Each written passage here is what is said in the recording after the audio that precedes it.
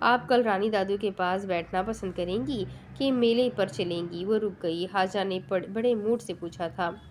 لو بھائی، میرا کیا کام ہے میلے پر جانے کا؟ یہ تو تم جوانوں کے لیے تفریح ہے۔ اس نے یہ سنتے دھیرے سے سر ہلایا، پھر دھیرے سے سر اٹھا کر انہیں دیکھا۔ لب کھلے۔ غلط فہمیاں دور ہو جاتی ہیں۔ کدورتی اور بغض نہیں۔ دودھ میں نیمبو کے ایک قطرے سے دودھ نہیں رہتا، پھر چاہے پنیر میں کتنی غذائیت ہو۔ جواباً بانو نسرین مسکرا کر کہنے لگی، تو ملکہ وکٹوریہ، اس پنیر سے رس گلے بھی تو بن جاتے ہیں۔ وہ اداسی سے ہنس پڑی اور ماضی کے وہ دن یاد کرنے لگی جب نیلوفر اور اس کے میکے والے اس کی تصدیق کیا کرتے تھے۔ بعض قدورتیں ان ریموویبل ہوتی ہے، جو چاہے کر لیا جائے معاف نہیں ہوتی۔ اب اس کے آگے کی کہانی میں آپ کو اگلی ویڈیو میں سناتی ہوں کہ آگے کیا ہوگا۔ یہ جاننے کے لیے میرے ساتھ بنے رہیں۔ ویڈیو کو لائک کریں، چینل کو سبسکرائب کریں، بیل آئیکن کو جلدی سے دبا دیں اور ساتھ ہی اپنے کانٹیکٹس میں ناول کو شیئر ضرور کریں، اور مجھے ضرور بتائیں کہ آپ کو یہ ناول کیسا لگ رہا ہے۔ اس ناول کا کون سا کیریکٹر آپ کو پسند آ رہا ہے؟ اس ناول کی کون سی لائنز آپ کو بہت اچھی لگ رہی ہے؟ کون سی باتیں آپ کو زیادہ پسند آ رہی ہے؟ تو چلیں ملتے ہیں اگلی ویڈیو میں۔ تب تک کے لیے اپنا خوب سارا خیال رکھیں، مجھے بھی دعا میں یاد رکھیں۔ اللہ حافظ۔